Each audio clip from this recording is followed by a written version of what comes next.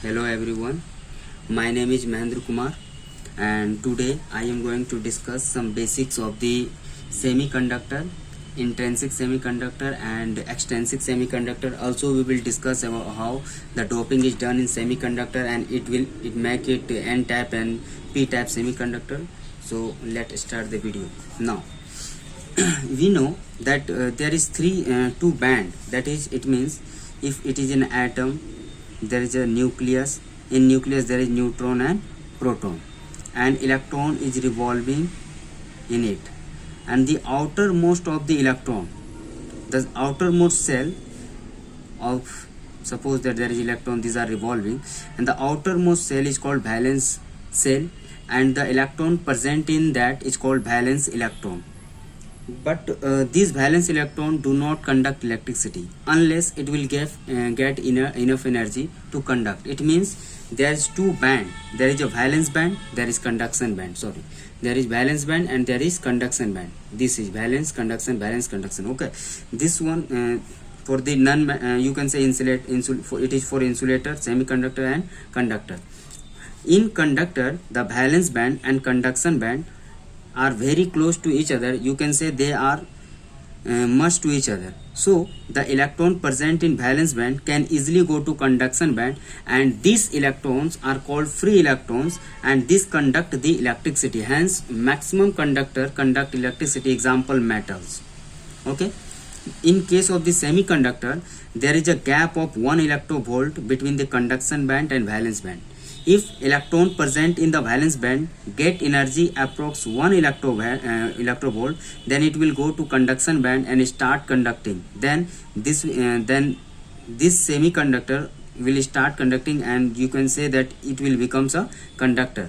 But in case of the insulator or non-metal, there is valence band and conduction band. There is electron in valence band, but the gap between the conduction band and valence band is greater than 9 electrovolt. It means if one electron want to go to conduction band, then it requires approx 9 electrovolt energy to move from valence band to conduction band, which is very difficult, and hence there is no any electron present in conduction band, and hence they do not conduct electricity.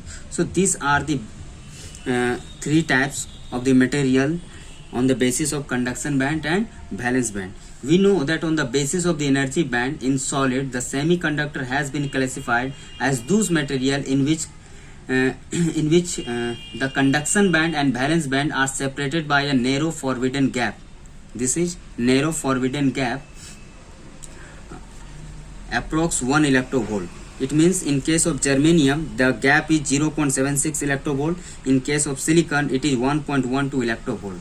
Now the properties of these materials lie between the conductor and non-conductor. Okay, so now we will move to what is intrinsic semiconductor. Okay, so intrinsic semiconductor is also called pure semiconductor. It means the material as termed as the intrinsic semiconductor, which are pure semiconductors.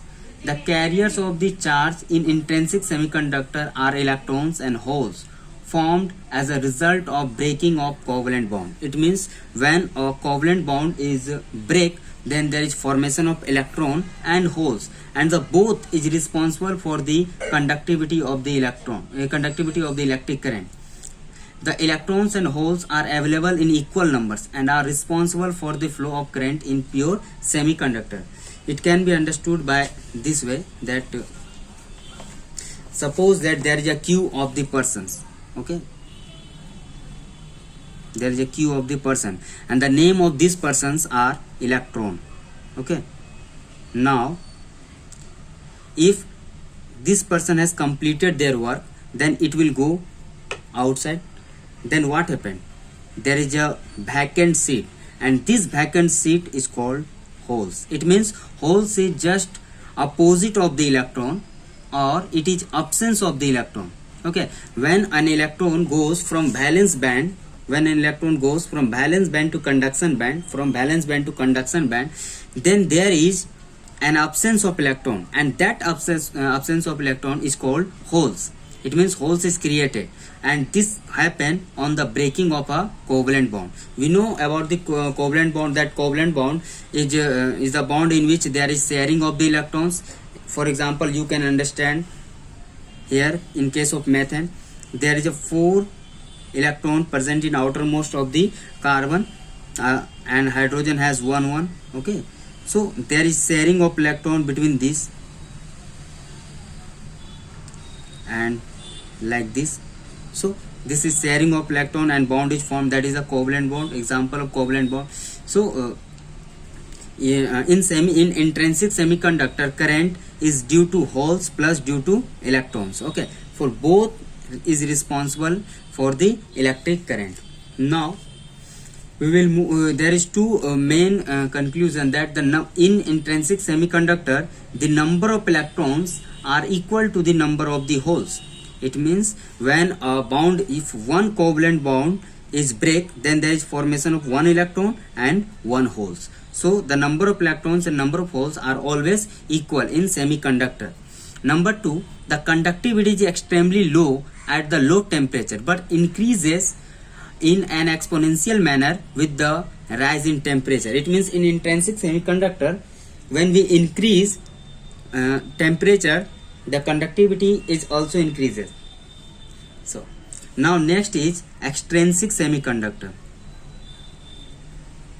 Okay, now when the intrinsic semiconductor is doped with the another material like phosphorus and aluminum, then it will becomes an extrinsic semiconductor.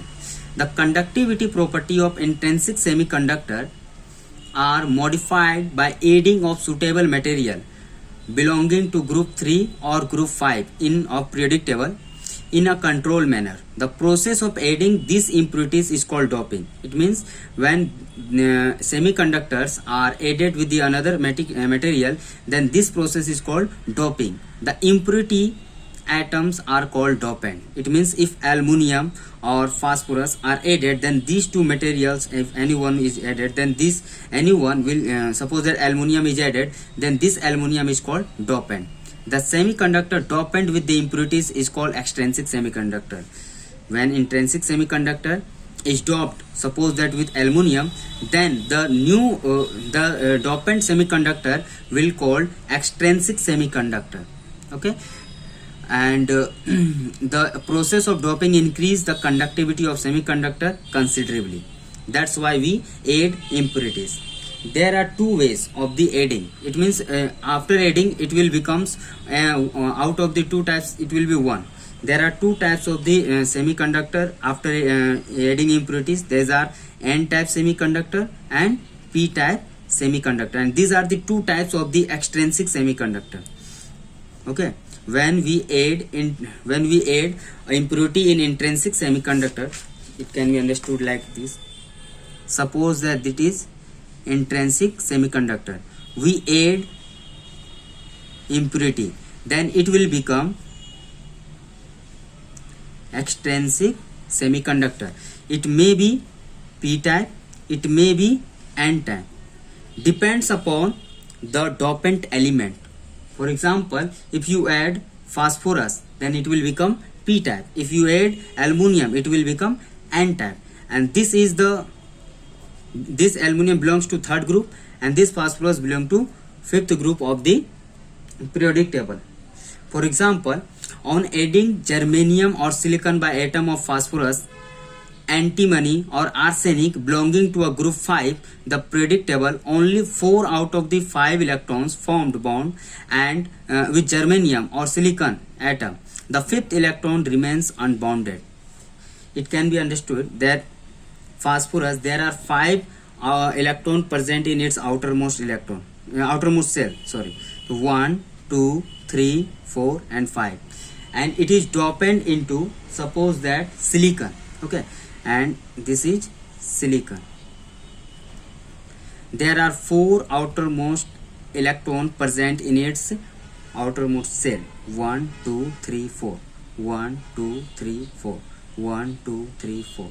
1 2 3 4. I am taking just one atom to explain this. There is another also phosphorus is present here, present here, present here, present here, but I am considering the bond of one phosphorus. There is one, that is the bonding between this one, bonding between this one and this one and this one. There is one electron, there is 5, only 4 is bonded. One, this extra electron is present here. It means in the whole atom it can move freely, or you can say that when phosphorus is dropped in this case, there is a excess of electron in here, and this excess of electron will make the whole as a n type.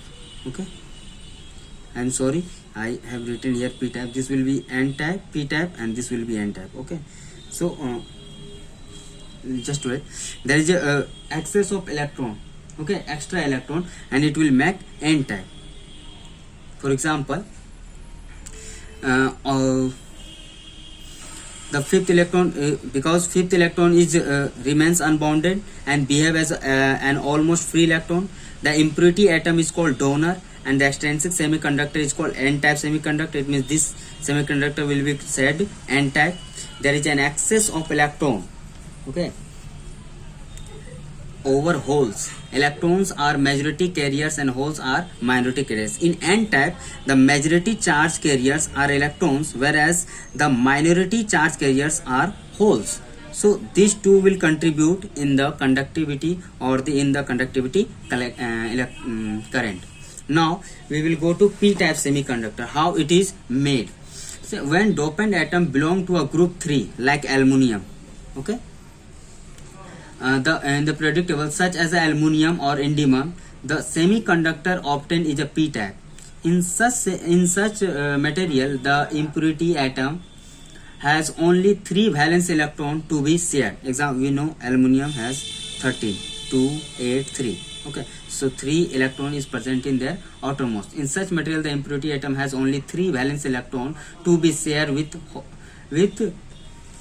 other atoms, each of which has 4. For example, if there is, suppose, and again I am taking silicon, there is 4, 1 2 3 4. There is aluminium, 1 2 3. There is silicon, 1 2 3 4. There is silicon, 1 2 3 4. There is silicon, 1 2 3 4. So this electron is bonded with this, and this, but here there is absence of one electron, and that is formation of holes, and hence the whole semiconductor will become p-type semiconductor, because there is a hole, that is the absence of the electron, and absence of electron, it is positively charged. So there is a majority positive, there is majority of the holes. You can say that here is the majority charge carrier is holes and minority charge carriers is electrons. We dopant atom belong to a group 3, the periodic table such as aluminium or indium, the semiconductor obtained is a p-type. In such material, the impurity atom has only 3 valence electron to be shared with hot atoms, other atoms each, which has 4 valence electron. As a result of the sharing, 1 electron of each host atom, example germanium, you can take germanium or silicon, has a place vacant in the bond.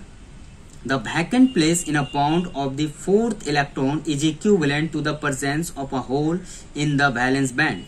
Such an impurity atom which gives rise to the hole in the valence band of host atom is called an acceptor, because it is ready to accept another electron.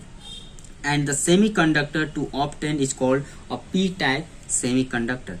A p-type semiconductor has excess of the holes, which are majority charge carriers in p-type semiconductor. Okay, so this was the p-type semiconductor. Today we have discussed about how there is gap of the valence band between the conduction there is gap of the conduction and valence band in semiconductor approximately 1 electrovolt. In insulator, there is the forbidden gap is greater than 9 electrovolt, and in conduction band it is almost overlap. And how intrinsic semiconductor, these are the pure semiconductor, and covalent bond. What is covalent bond? Sharing of the electrons. If there is absence of electron, that is the holes is created there. And so these things we have created. How the p type and n type are formed.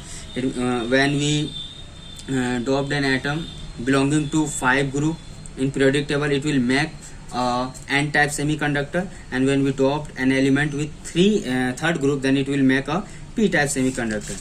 And this we have taken a look. Okay. So in this video, that's all. Thank you. See you in the next video.